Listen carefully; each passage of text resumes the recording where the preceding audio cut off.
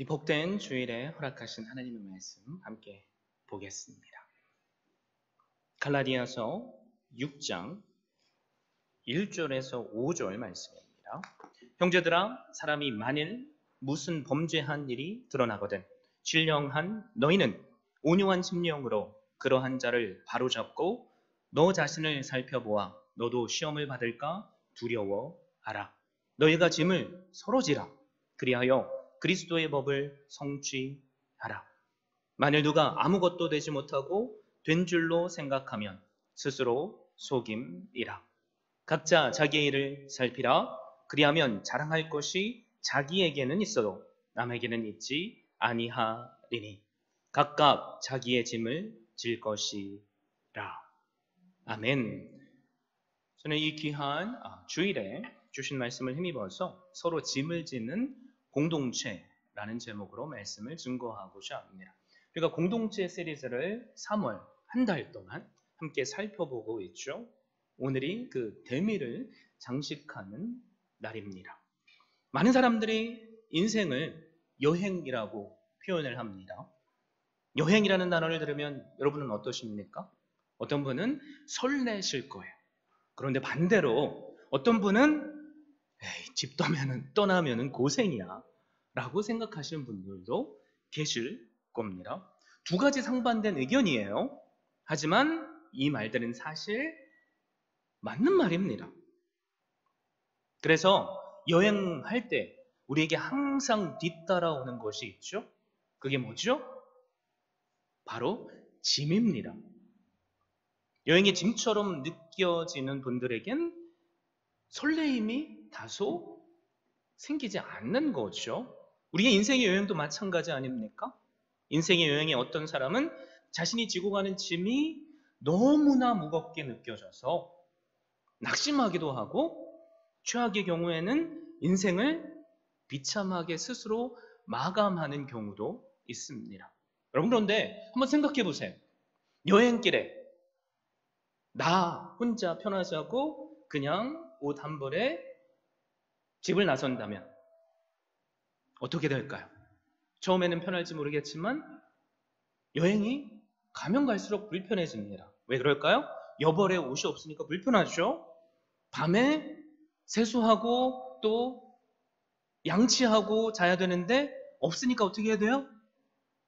내 돈을 들여서 짐처럼 느껴지는 치약과 칫솔을 사러 가야 됩니다. 그래서 여행의 길에는 항상 뭐가 뒤따라오죠? 바로 짐입니다. 그래서 진짜 우리가 인생의 여행의 길에서 고민해야 할 것이 있다면 이 짐을 어떻게 대하느냐입니다. 오늘 주신 본문의 말씀을 보면 교회 공동체 안에도 짐이 있다고 말씀하죠. 꼭 기억하십시오. 우리가 살펴볼 짐은 두 가지입니다. 한 가지는 우리를 괴롭게 만드는 죄라는 짐입니다. 또 다른 한 가지는 우리가 가끔씩 너무 무겁게 느껴지는 책임이라는 짐입니다. 이것을 사도 바울은 서로 지어야 할 짐과 각자 지어야 할 짐으로 표현했습니다. 자, 첫 번째로 살펴볼 짐이 뭐라고 했죠?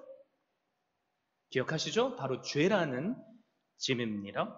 이 죄라는 짐은 교회를 무너뜨립니다. 그리고 하나님의 영광을 가리고 성도들을 하나 되지 못하게 만드는 겁니다. 다들 그래서 잘 아시겠지만 대부분의 교회는 크든 작든 우리의 죄 때문에 무너집니다. 그래서 교회 안에 죄에 빠진 분들이 많으면 많을수록 교회는 그만큼 무거운 짐을 짊어질 수밖에 없습니다. 자, 만약에 나의 죄가 드러났다면, 내 옆에 있는 형제, 자매의 실수가 드러났다면 우리는 하나님의 백성으로서 어떻게 해야 되겠습니까? 오늘 본문에는 그 답을 우리에게 말씀해 주시죠. 1절을 보십시오. 형제들아, 사람이 만일 무슨 범죄한 일이 드러나거든 이라는 말로 사도 바울은 시작합니다. 여기 본문에 나오는 범죄라는 말은 그 누구나 할 수 있는 실수예요. 그게 크든 작든 말이죠. 그래서 원어의 이 단어의 의미는 미끄러져 넘어진다라는 뜻이 있습니다. 여러분, 인생을 살면서 단 한 번도 미끄러져 넘어져 보시지 않은 분 없죠? 그런데 문제는 뭐예요? 나 혼자만 살짝 미끄러져 넘어졌다면 부끄러움이 되지 않는데 수많은 사람들이 보는 앞에서 내가 그러면 부끄럽다는 거죠. 그래서 이야기가 몇몇 사람의 이야기가 아닌 나 혼자만의 이야기가 아닌 공동체의 이야기가 되면 그럴 때는 어떻게 됩니까? 우리의 마음이 낙심되기도 하고요. 나도 모르는 부끄러움이 생겨서 우리의 머리로는 알아요. 이것이 하나님의 뜻인데. 그리고 나도 그것을 인정합니다. 여러분, 그런데 이런 부끄러운 일들이 발각이 되었을 때 우리의 대부분의 반응은 어때요? 알면서도 그리고 이렇게 하면 안 된다는 것을 내가 느끼고 있으면서도 나도 모르게 내 머리의 생각은 내 논리를 뛰어넘는 이상한 쪽으로 흘러가기도 하고 그래서 믿음의 결단보다는 내가 원치 않는 행동을 하게 될 때가 있습니다. 오늘 주신 말씀은 바로 그 한 사람, 누구예요? 저를 포함해서 우리 모두입니다. 그 한 사람을 어떻게 대해야 하는가? 그것을 말씀해 주시는 거죠. 사도 바울은 뭐라고 선포하죠? 교회가 함께 짐을 지라 라고 말씀합니다. 2절에 그래서 이렇게 말씀하죠. 너희가 짐을 서로 지라 그리하여 그리스도의 법을 성취하라.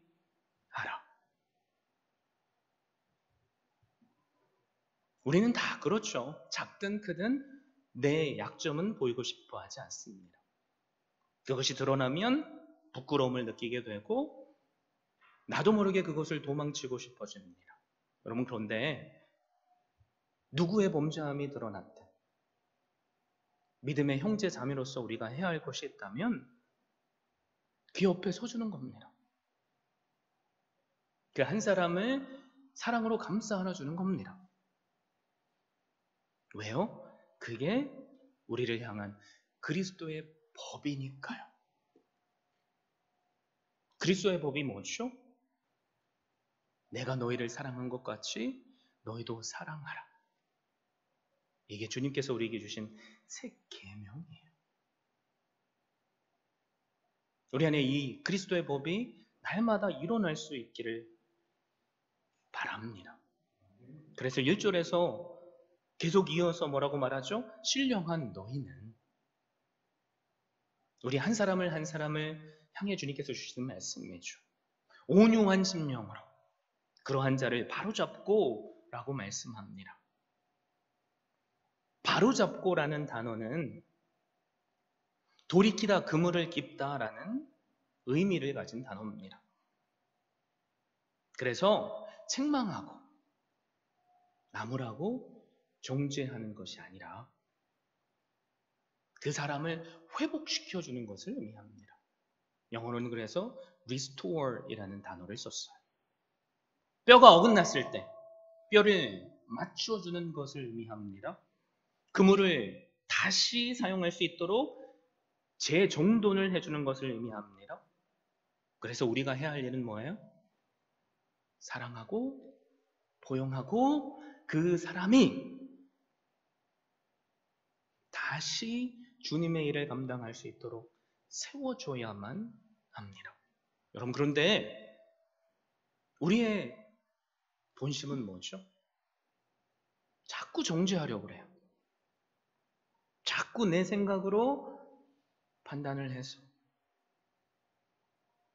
오해하려고 그래요. 그래서 온유한 심령으로 그러한 자를 바로잡아주라고 했죠. 여러분, 온유가 뭐예요? 뭐라고 들으셨습니까? 야생마가 있는데 그 야생마를 그냥 탈 수 없죠.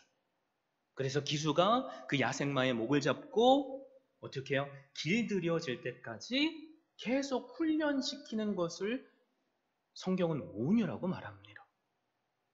그래서 말이 내 등을 기수에게 맡기는 행위는 내가 힘이 없어서 맡기는 게 아니에요.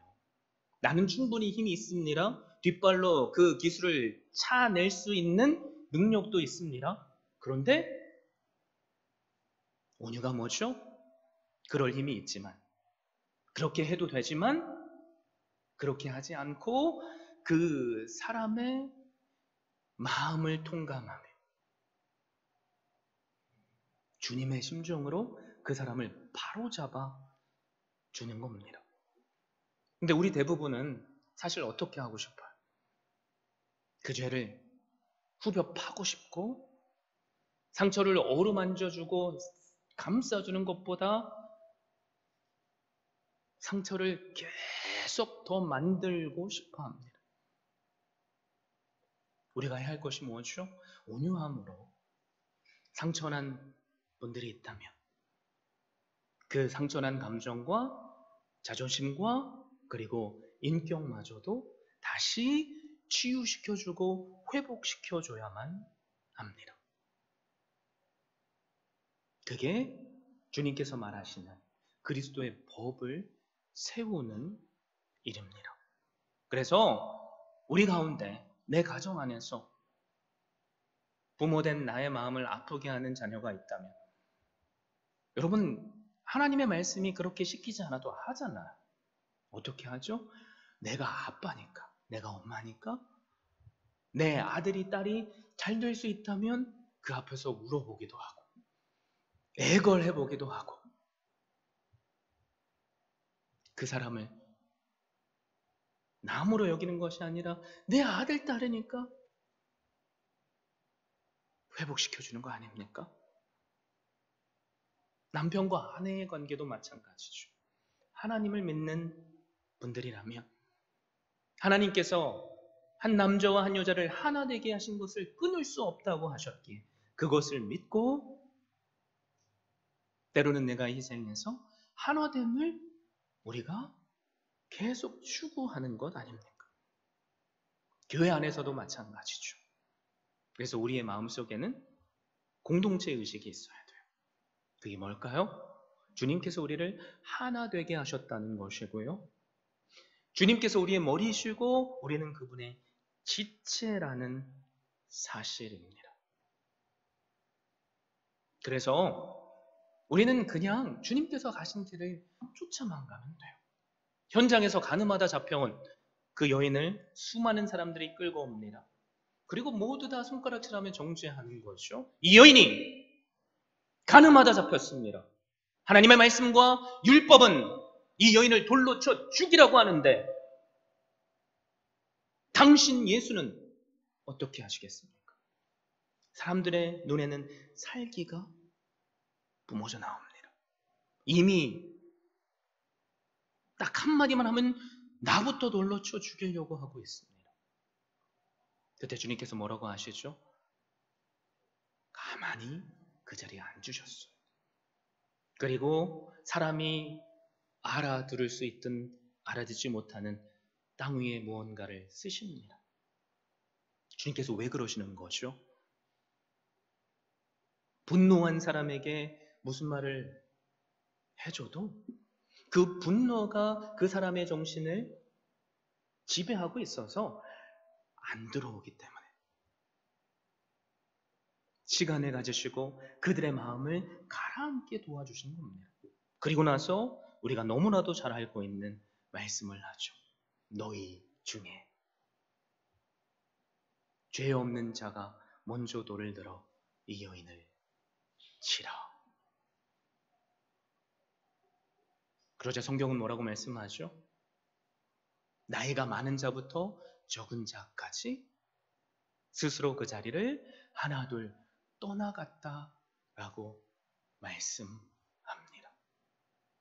그리고 주님 앞에는 누구만 남아있어요? 범죄한 여인. 그 여인에게 주님은 뭐라고 말씀하시죠?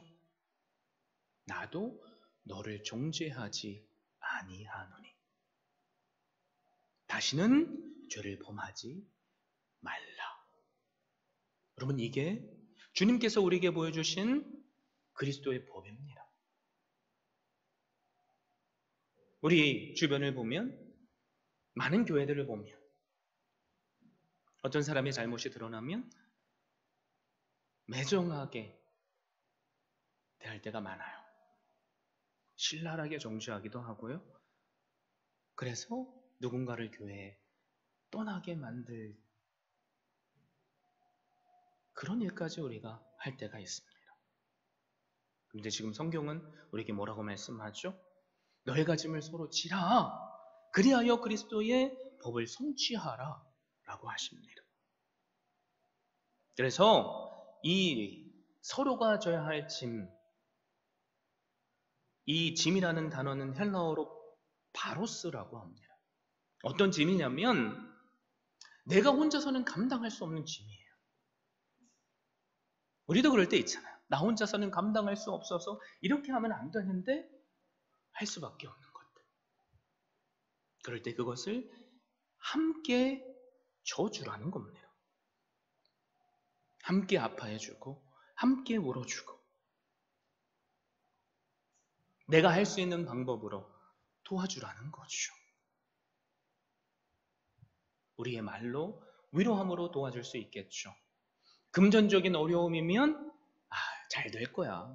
하나님께 기도할게 라고 말하는 것보다 따뜻한 음식을 해다 주는 것과 그리고 내가 할 수 있는 표현의 사랑을 금전적으로나 그 어떤 방법으로 하면 됩니다. 그러면 아무리 힘든 사람도 일어날 수 있어요. 우리가 지난주에 살펴봤죠. 한 사람이면 넘어지겠거니와 두 사람이면 서로 일으켜 세우느니라. 이런 일들을 누가 해야 한다고요? 우리가 해야 한다는 거죠. 여러분, 그래서 혼자서 감당하기 어려운 짐들이 우리에게 있어요. 그 짐들이 있을 때 나 혼자만 고민하지 마시고 내 옆에 나를 믿어주고 나를 지지해주는 믿음의 형제 자매들과 함께 그것을 공유하며 내가 힘들 때 나를 일으켜주고 내 옆에 있는 형제 자매가 힘들 때 내가 일으켜주는 그런 그리스도의 사랑의 법을 우리가 날마다 성취하는 한 분 한 분 되면 좋겠습니다. 그래서 우리가 그리스도인이라는 사실이 언제 드러나요? 우리 인생이 잘 될 땐 드러나지 않죠. 그래서 내가 참된 그리스도인이라는 것은 사실 위기 때 드러납니다. 위기 때 문제를 우리가 어떻게 처리하는가를 보면 내가 참 그리스도인인가 아닌가를 어느 정도 가늠할 수 있다는 거죠. 그래서 고린도전서 12장 26절에는 사도 바울이 이렇게 선포하죠. 만일 한 지체가 고통을 받으면 모든 지체가 함께 고통을 받고 한 지체가 영광을 얻으면 모든 지체가 함께 즐거워하느니라. 쉽게 예를 들면 이런 거죠. 여러분, 우리가 감당할 수 없는 고통 가운데 치통이 들어있어요. 저도 20대 때였나요? 어금니가 너무 아픈데 그냥 좀 있으면 낫겠지라고 싶어서 버티다 보니까 이틀 밤을 잠을 못 잤습니다. 너무 아픈 거예요. 그러면 쉬운 방법이 뭘까요? 그 어금니를 뽑아내면 쉽습니다. 그렇죠? 그런데 우리는 다 알잖아요. 그 어금니를 뽑아내는 것이 미련한 어리석은 짓이라는 것을. 왜 그렇죠? 이 하나만 빠져도 다른 이들이 음식을 씹을 때 부담이 됩니다. 그 부담이 처음에는 적겠지만 아플 때마다 이를 다 빼버리면 어떻게 될까요? 음식을 제대로 씹을 수가 없습니다. 그래서 믿음의 사람이라면 위기의 때 그것이 나의 실수든 누구의 실수든 그것이 크고 작든 우리가 해야 할 일은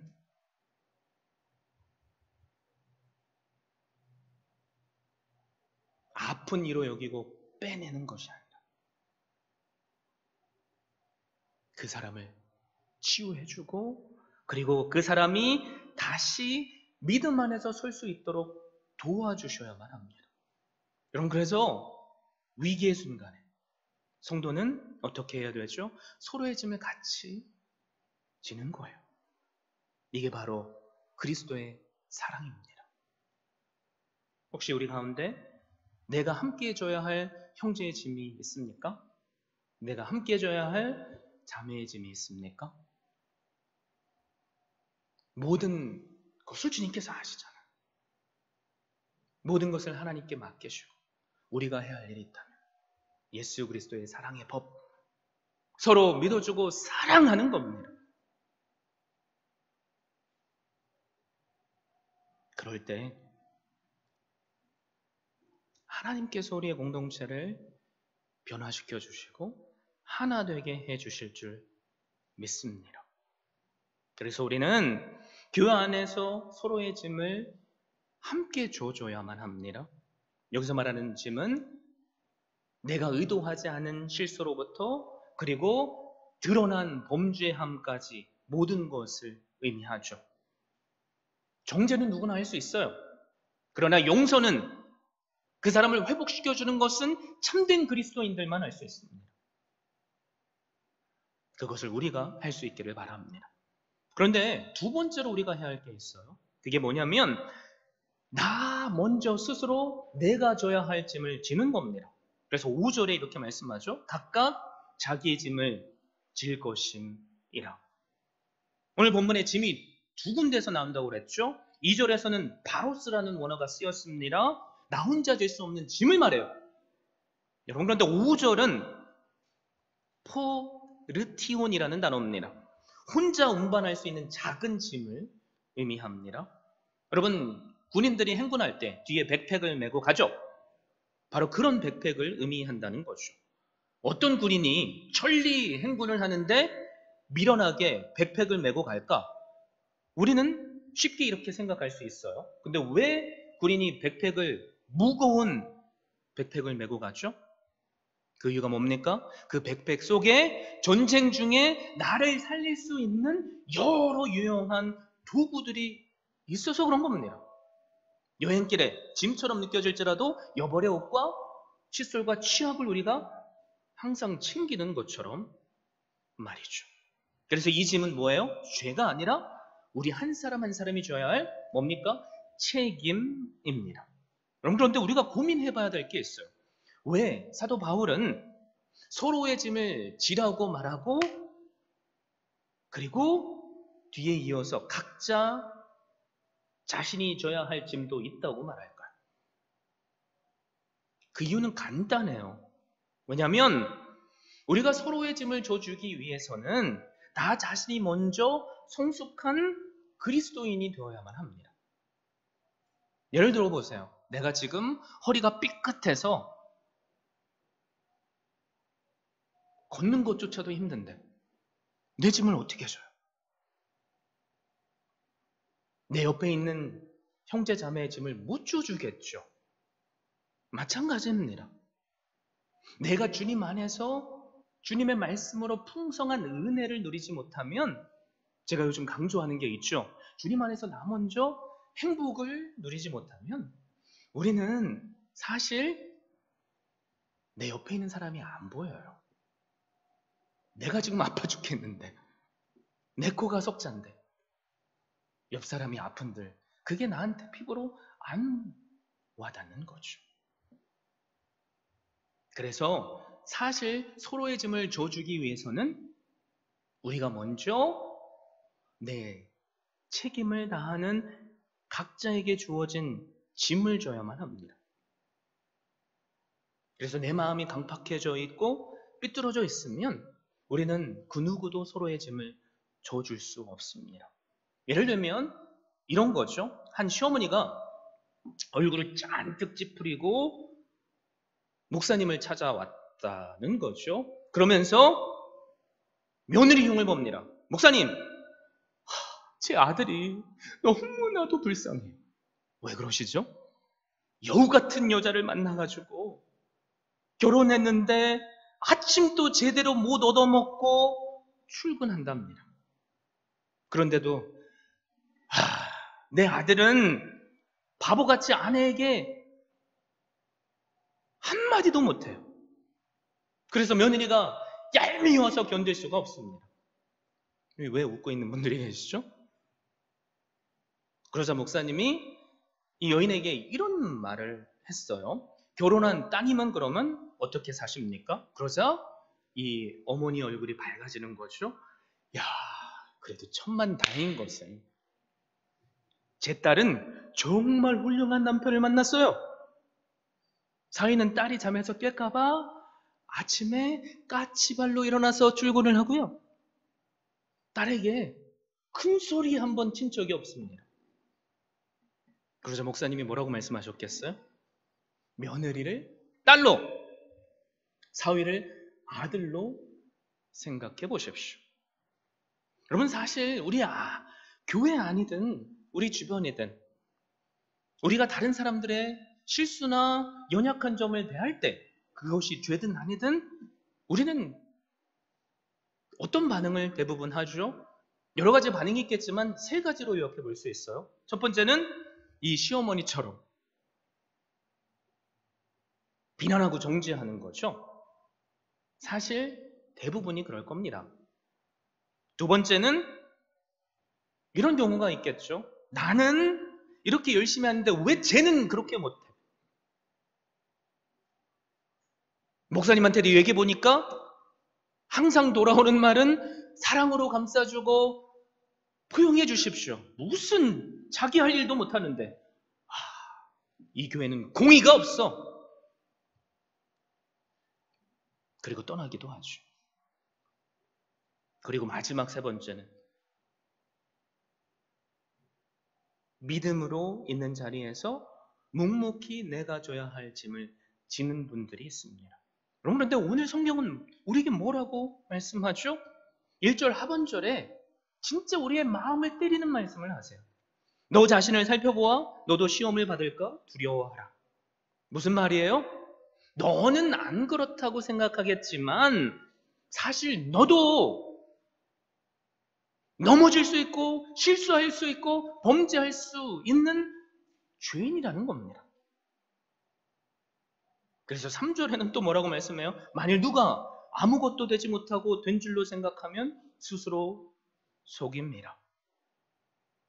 신앙생활 잘 하시는 분들의 머릿속에 들어있는 생각이죠. 나는 이것도 잘하고 저것도 잘해. 나는 저 사람들하고는 달라.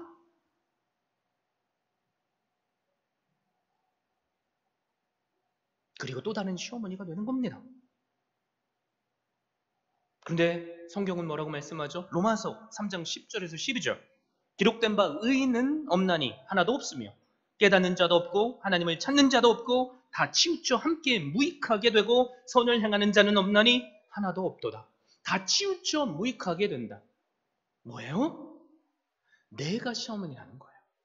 내가. 그래서 우리는 너무나도 많이 이런 말을 하잖아요.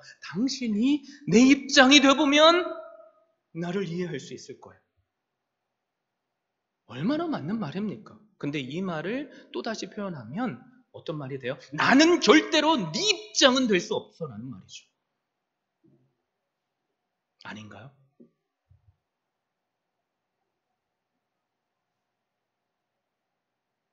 그래서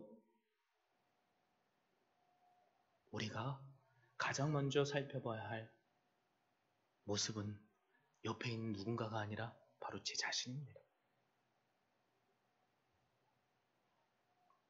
성경은 그래서 우리가 다 죄인이라고 말씀하잖아요. 그런데 우리는 어떤 죄인이에요? 은혜 받은 죄인이에요. 우리는 로마서 3장 11절 말씀처럼 내가 죄인임을 깨닫지도 못했고요. 하나님을 찾지도 않았어요. 다 치우쳐서 무익한 삶을 살았던 자들입니다. 여러분, 그런데 하나님께서 우리를 먼저 찾아오셨습니다. 저 높은 영광의 자리를 스스로 포기하시고 죄인된 인간의 모습을 담고 누구를 찾아오신 거예요? 우리 한 사람 한 사람을 찾아오셨어요.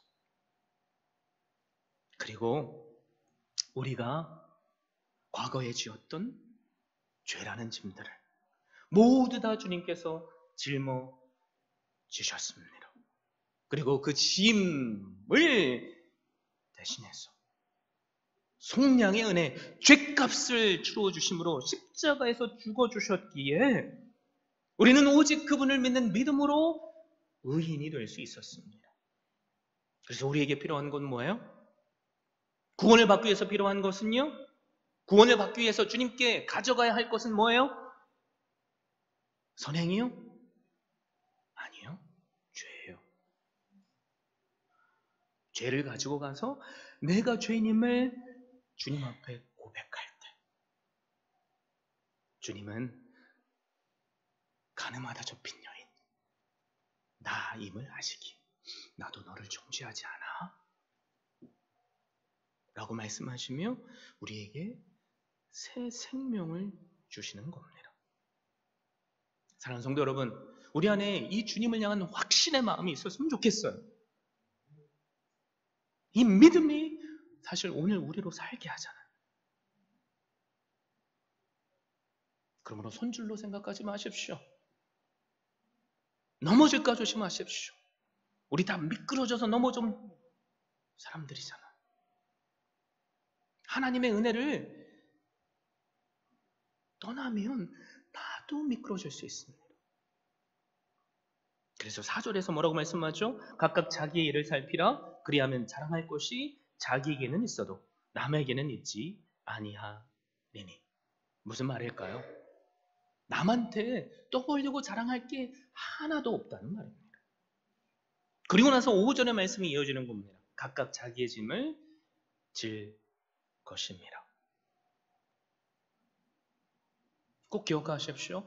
나도 넘어지고 실수하고 범죄할 수 있는 연약한 죄인입니다. 그래서 세상에는 세 종류의 죄인이 있어요. 내가 죄인임을 깨닫지 못하는 죄인,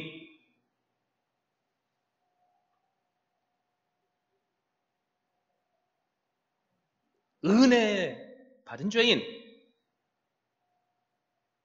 또 다른 죄인이 뭐예요? 은혜 받았는데 그걸로 끝이라고 생각하는 죄인.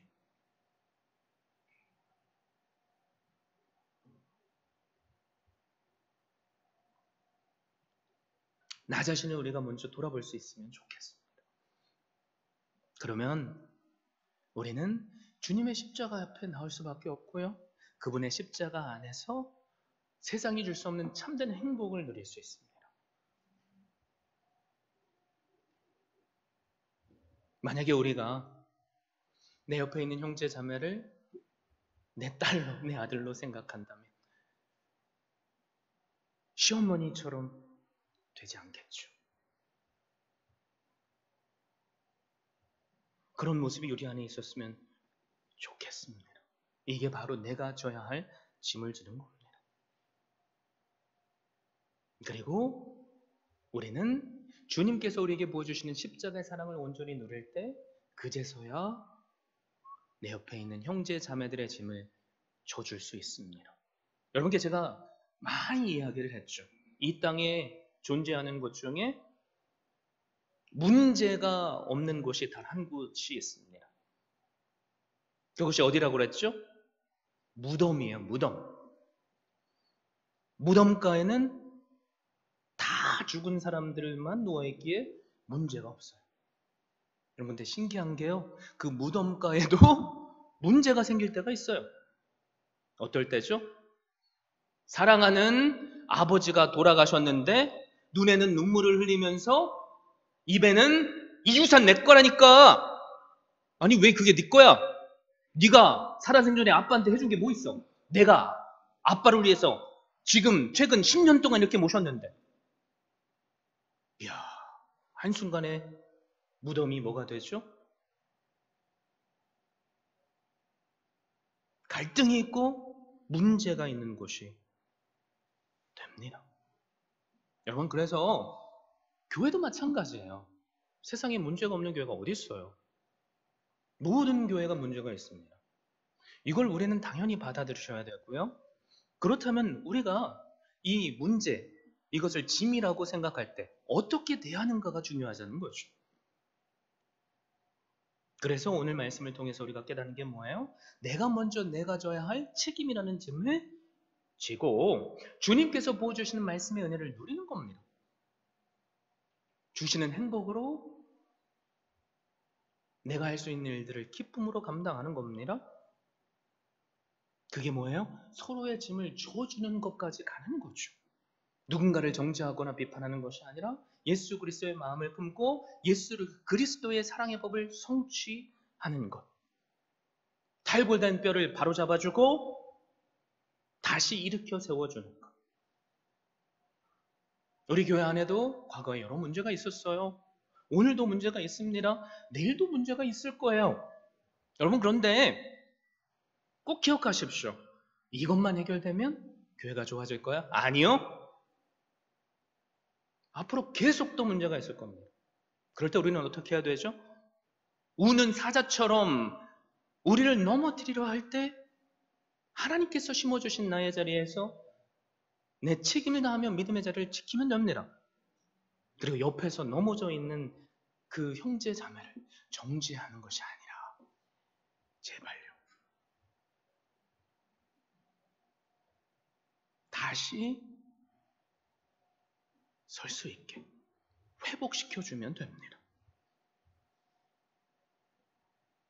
그게 주님께서 하신 일이잖아요.